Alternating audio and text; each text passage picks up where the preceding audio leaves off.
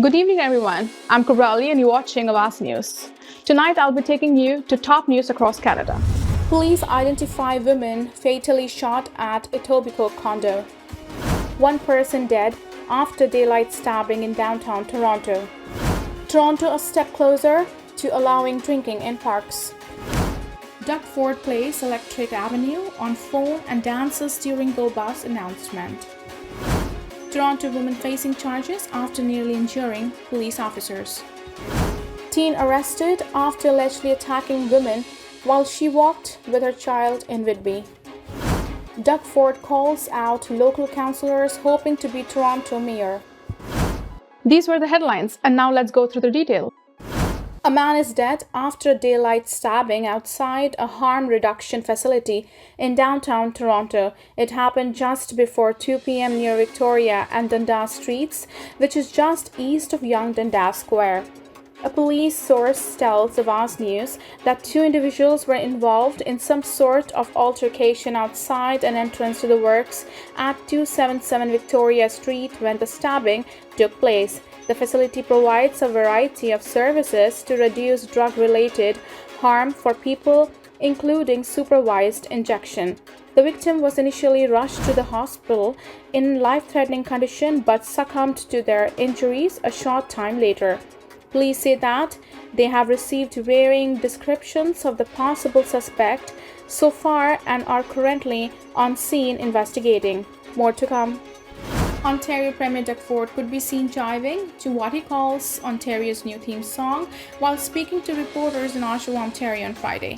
While announcing two new electric Go buses, the Premier took out his phone and played Electric Avenue by Eddie Grant. Holding his phone up to the podium mic, he exclaimed that the song, the new theme song for Ontario. As of May 15, 2 zero-emission buses will run along four bus routes in Ontario: Route 19 in Mississauga and North York, Route 27 in Milton and North York, Route 92 in Oshawa and Yorkdale, and Route 96B that travels through Oshawa and along Finch Avenue. Officials said the new vehicles have been in the testing phase without passengers since December 2021. Phil Wester, CEO of the provincial transit agency Metrolinx, told reporters that electric vehicles are typically double the price of a regular diesel bus at about $1.5 million per vehicle. Each bus is powered by 9 batteries and can be fully charged in 3 to 4 hours, officials said. Testing ensured the buses can return to one of the two charging garages in Mississauga and North York with 20% battery capacity. Officials noted the buses can travel about 225 kilometers in colder temperatures and about 300 kilometers in warmer temperatures before needing to charge up.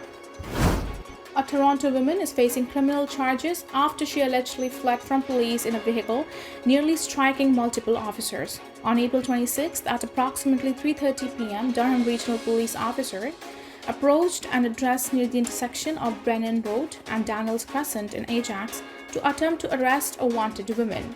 As officers approached, she allegedly fled in a vehicle, striking other vehicles and narrowly missing striking police officers. On May 9th, the DRPS Offender Management Unit and the Tactical Support Unit executed a search warrant at another address in Ajax where the woman was taken into custody without incident.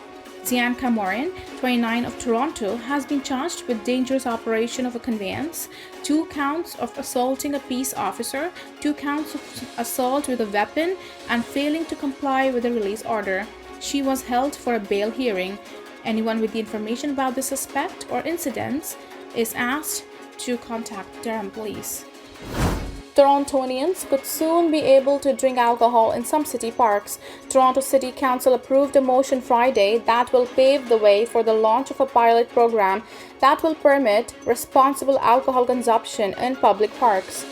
The motion, moved by councillors Shelley Carroll and Chris Moyes and initially tabled in March before being deferred to this month's council meeting, was adopted with a vote of 19 to 5. As a result, Parks, forestry, and recreation staff will begin consulting with councillors interested in hosting the pilot in their wards. Staff are expected to report back to the Economic and Community Development Committee in July on how to implement the pilot, including bylaw amendments. The recommendations will then go before council later that month. If approved, the program will run between August 5th and October 9th. Council has also asked staff to seek advice from the medical officers of health on any harm reduction, treatment, or education programs that should be in place before the approval and implementation of the pilot. Staff have also been asked to provide a list of parks best suited to being part of the pilot in each ward as part of the consultation program. A similar motion was tabled last year but was unsuccessful.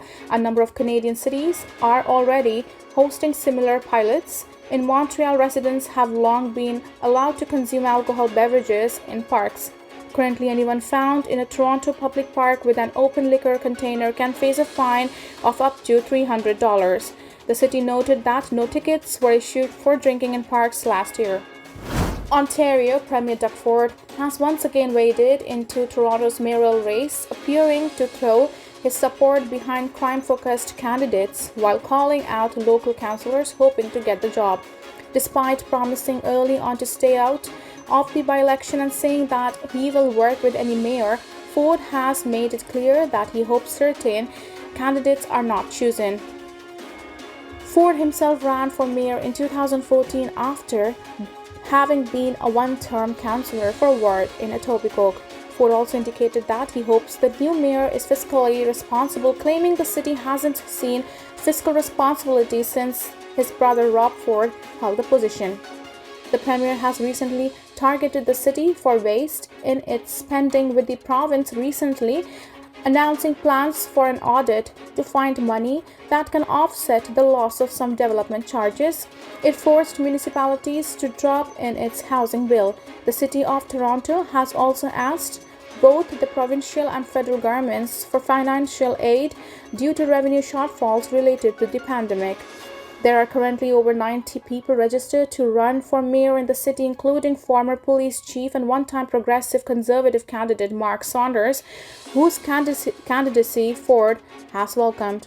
Saunders was previously named by Ford government as a special advisor on the Ontario Place redevelopment. At an announcement in March, Ford said Torontonians should not pick anyone who wants to cut the police budget.